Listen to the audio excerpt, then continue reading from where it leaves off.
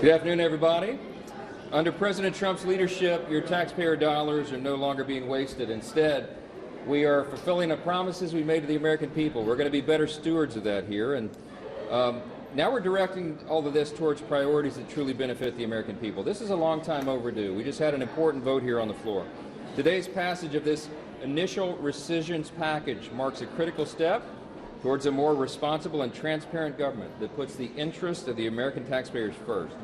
We want to thank DOGE for their heroic and patriotic efforts. That work led to this. This package eliminates $9.4 billion in unnecessary and wasteful spending at the State Department, USAID, and the Corporation for Public Broadcasting, which funds politically biased media outlets like NPR and PBS. It's just one of the ways that Republicans are codifying DOGE's findings and putting taxpayer dollars to better use. There'll be more of this in the days ahead. We had hoped our Democrat colleagues would join us in this effort. It's an important one.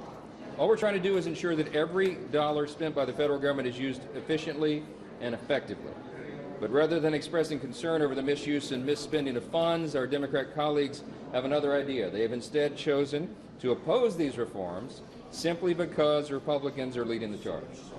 While they defend the failed toxic status quo, Republicans will continue to deliver real accountability and restore fiscal discipline. As has been said many times with this administration, President Trump's leadership, and here with Republicans in the House and the Senate, it's about promises made and promises kept, and we'll continue doing that. Mr. Speaker, did federal agents go too far the way they treated Senator Padilla today? Was that a bridge too far? I saw the same video, a very brief video that I think many people did. I think the senator's actions, my view is it was wildly inappropriate. You don't charge a sitting cabinet secretary, and everybody can draw their own conclusions. You can see it's a heated debate here. People heckling you here, Mr. Speaker? I'm not going to respond to that. Look, let me just, hold on, wait just a second.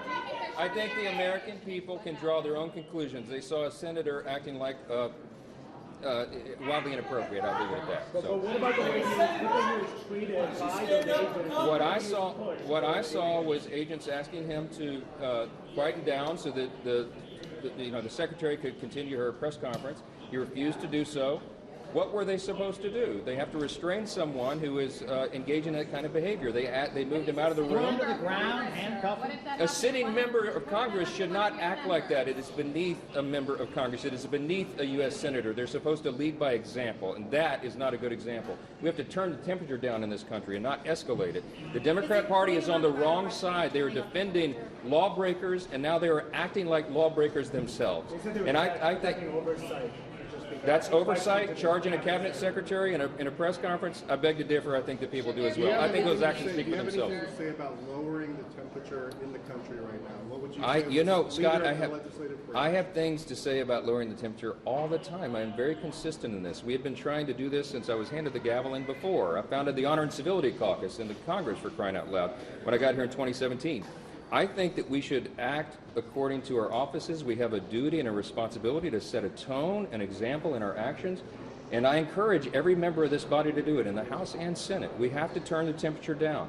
We need to be on the side of the rule of law. We need to be on the side of law and order. We need to be on the side of calm and not chaos. And when members go into these settings and act this way, that when they push law enforcement agents around, when they storm cabinet secretaries in a press conference, I think it is wildly inappropriate behavior, and I think it sets a terrible message and tone for the rest of the country. Will there be an investigation? Will there be a House investigation? This is a Senate side issue, but I certainly hope that behavior is not repeated over here. We already. Constitutional officer for this branch of the I am. This Yes. affects all members, whether they be in the House or Senate. You're the Speaker of the House. Yes. The constitutional officer of this branch.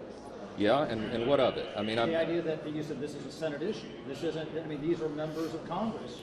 I mean. Yeah, but the Senate does its disciplinary actions over there, and we do ours over here. We have a certain set of measures, as you all know, and it ranges from censure to removal from committees to ultimately expulsion from the body. And do you support that for the senator? It's not my decision to make. I'm not in that chamber, but I do think that it merits immediate attention by their colleagues over there, and that they need. I think that behavior at a minimum is. It rises to the level of a censure. I think there needs to be a message sent by the body as a whole that that is not what we are going to do. That's not how we're going to act. We're not going to have branches fighting physically and having senators charging cabinet secretaries. We got to do better, and I hope that we will. But I want to say this is a good day for the House chamber.